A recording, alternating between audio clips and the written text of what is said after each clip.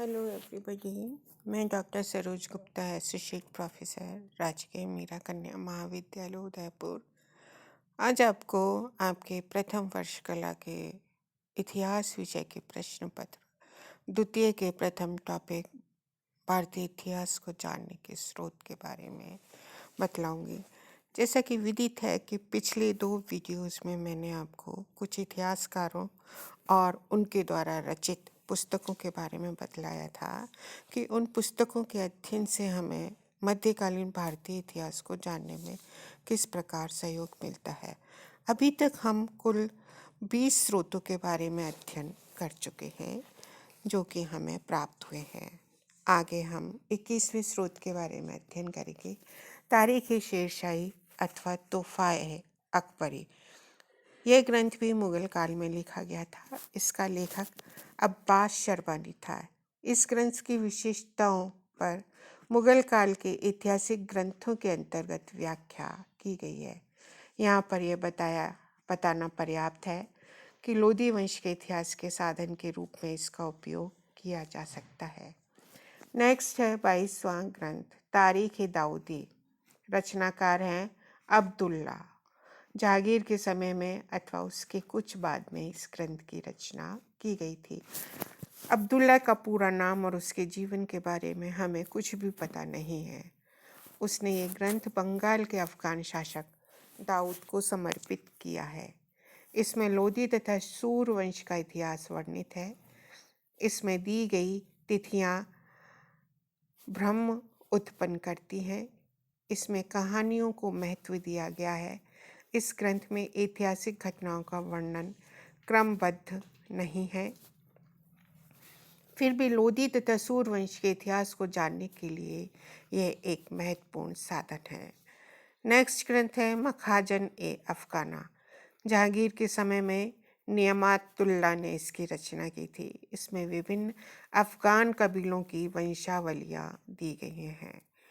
Next ग्रंथ है तारीख़ खानजा लोदी या मखजान अफगान।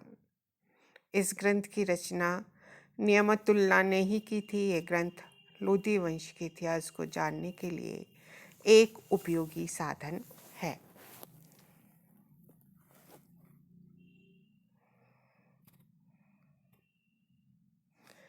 सल्तनत काल के इतिहास के बारे में जब हम पढ़ते हैं तो हमें पता चलता है कि उस काल के इतिहास के संबंध में व्यक्तिगत संस्मरण बिल्कुल भी उपलब्ध नहीं है। उनका सर्वथा अभाव है।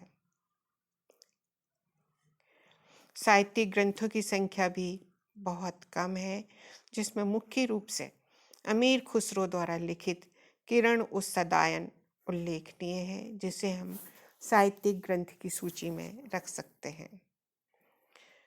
मुंसात ए महारू के लेखक एनाल मुल्क मुल्तानी एक प्रकंड विद्वान तथा धर्म के ज्ञाता थे।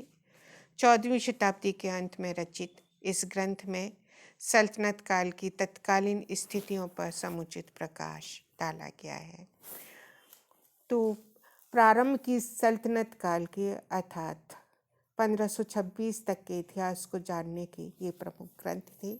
इसके अलावा हम देखते हैं कि उस काल में कुछ विदेशी व्यापारी, विदेशी इतिहासकार भी भारत आए थे, जिन्होंने भारत में आकर अपने संस्मरणों को लिखा और उन्हें एक पुस्तक का रूप दिया। और उन संस्मरणों से हमें मध्यकालीन इतिहास को जानने में महत्वपूर्ण सूचनाएं प्राप्त होती हैं। सबसे पहला उल्लेख जब हम करते हैं तो इसमें आता है विदेशी यात्रियों में अल बरूनी का जन्म 970 या 971 ईस्वी में खीवा में हुआ था। उसने महमूद गजनवी के यहाँ नौकरी की तथा वह उसके भारतीय आक्रमण के समय इस देश में आया था। अतः उसने आंखों देखा हाल यहाँ का लिखा है भारत का। अरबी और फारसी का विद्वान होने के साथ उसे गणित, तर्कशास्त्र, दर्शन शास्त्र, औषधि विज्ञान, धर्मशास्त्र इत्यादि का भी ज्ञान था। वह भारत में रहकर संस्कृत का ज्ञान उसने काफ़ी अच्छा प्राप्त कर लिया था और अनेक संस्कृत ग्रंथों का उसने अनुवाद फारसी में किया। उसने अनेक पुस्तकें लिखी, जिनमें इतिहास की दृष्टि से तारीख़ उल हिंद नामक ग्रंथ अत्यंत महत्वपूर्ण सिद्ध होता है। इसमें उसने हिंदुओं के साहित्य, विज्ञान, धर्म जैसा उसने अपने समय में पाया था, उसकी विवेचना की है। महमूद गजनवी के आक्रमण के समय भारत की दशा के बारे में इसे एक प्रमुख साधन के रूप में माना जाता है। यह पुस्तक अरबी भाषा में लिखी गई थी और बाद में इसे फारसी और अंग्रेजी में भी अनुवादित किया था।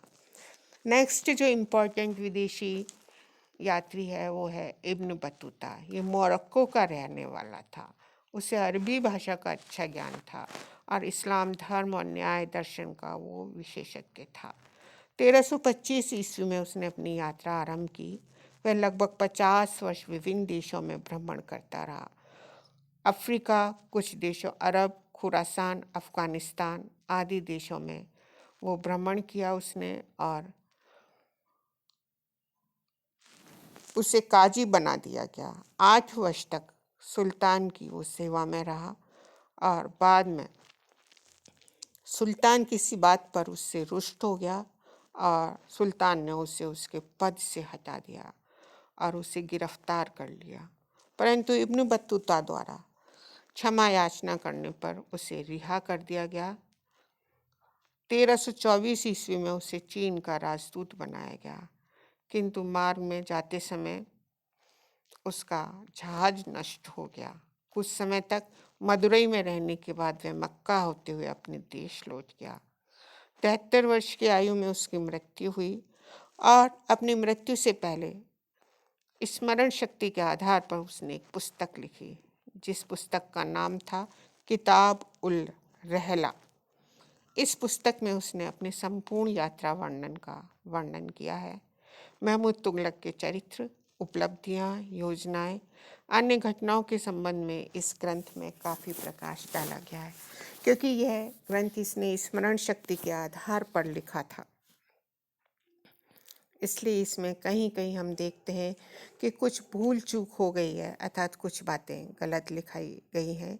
इसके अतिरिक्त जो कुछ उसने दूसरों से सुनने के आधार पर लिखा, उसमें भी त्रुटियां संभव हैं। यह ग्रंथ विवरणात्मक है, इसकी भाषा सरल और बोधगम्य है, किंतु इब्न बतूता को भारतीय भाषाओं और फारसी का ज्ञान न होने के कारण भारतीय परंपराओं से अनभिज्ञता, भारतीय विधियों को नहीं जानना, भौगोलिक ज्ञान का अभाव, इन सब कारणों से उसकी पुस्तक में कुछ दोष आ गए हैं। महमूद या मोहम्मद तुगलक के चरित्र और कृत्यों का वर्णन करते हुए उसने वस्तुनिष्ठता का पालन भी नहीं किया है। उसने अपने विचार उसमें थोपे हैं और उसने मोहम्मद तुगलक की जबरदस्ती या झूठी प्रशंसा की है।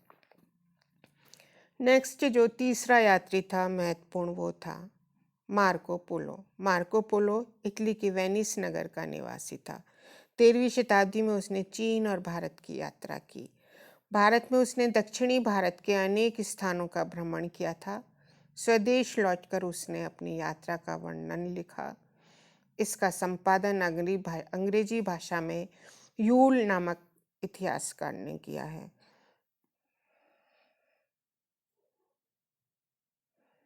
यद्यपि मार्को पोलो ने भारत के बारे में ज़्यादा कुछ नहीं लिखा है, परंतु फिर भी उसका विवरण उपयोगी है। नेक्स्ट फोर्थ जो विदेशी इतिहासकार हैं वो है अब्दुल रज्जाक।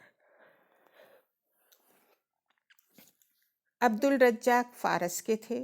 जन्म इनका फारस में हुआ था। 1442 से 1443 ईस्वी में वो फारस के राजदूत के रूप में विजयनगर की राजधानी हम्पी में रहे।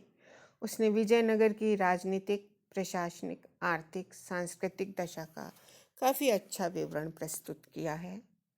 उसके द्वारा लिखे गए ग्रंथ के अध्ययन के बिना विजयनगर राज्य के इतिहास को महत्वपूर्ण नहीं माना जा सकता है, क्योंकि वो वहाँ रहा, उसने जो देखा सुना उस आधार पर उसने उसको लिखा, तो उसके ग्रंथ में हमें वस्तुनिष्ठता दिखलाई पड़ती है। नेक्स्ट है निकोलो कॉन्टी। निकोलो कॉन्टी इटली का निवासी था। 1520 ईस्वी में भारत आया। उसके द्वारा लिखा गया वृत्तांत अब्दुल रज्जाक के वृत्तांत के समान ही है। उसने भी विजयनगर के निवासियों के रहन सहन, परंपराओं, जीवन शैली इत्यादि का विवरण किया है। डोमिनो गो स्पेस, ये जो यात्री था ये पुर्तगाल का था। दक्षिण भारत में विजयनगर की यात्रा की थी। विजयनगर की राजनीतिक, सामाजिक, आर्थिक और सांस्कृतिक दशा का उसने काफ़ी अच्छा उल्लेख किया है। और लास्ट जो विदेशी यात्री था वह था बारबोसा। 1516 ईस्वी में बारबोसा ने विजयनगर और दक्षिणी भारत के कुछ देशों की या कुछ राज्यों की यात्रा की और उसका विवरण भी काफ़ी महत्वपूर्ण है। तो दक्षिणी भारत के इतिहास को जानने के ये प्रमुख स्रोत हैं। अब इन इतिहासकारों की रचनाओं में क्या दोष थे, क्योंकि ये ग्रंथ मुख्य रूप से मुसलमानों द्वारा लिखे गए थे, अतः इसमें हिंदुओं की विचारधारा, उनकी भावनाओं इत्यादि के बारे में काफ़ी कम लिखा गया था। अधिकांश इतिहासकार दरबारी होने के कारण अपने संरक्षकों की प्रशंसा में अतिरंजना से काम लेते थे, तो बहुत ज़्यादा उनकी प्रशंसा करते थे। अतः उनकी रचना पक्षपातपूर्ण है। उनकी रचनाओं में धर्मांधता का भी पुट है। अधिकांश ग्रंथों की भाषा अलंकृत है। मुस्लिम इतिहासकारों में भौगोलिक ज्ञान का अभाव पाया जाता है। इन इतिहासकारों ने जनजीवन की सर्वथा उपेक्षा की है। अतः सामाजिक और सांस्कृतिक जीवन पर प्रकाश बहुत कम डाला गया है। इसके स्थान पर युद्धों तथा विजयों का विस्तृत विवरण किया गया है। विदेशी यात्रियों ने जो विवरण दिया है उसमें भी हमें कुछ कमियां देखने को मिलती हैं। इन यात्रियों के विवरणों में राजनीतिक, आर्थिक, सामाजिक, सांस्कृतिक दशा के बारे में जानकारी तो हमें काफ़ी कुछ प्राप्त हो जाती है, परंतु उसका प्रयोग करने में हमें सावधानी बरतनी चाहिए। कुछ यात्रियों ने सुनी सुनाई बातों के आधार पर लिखा है।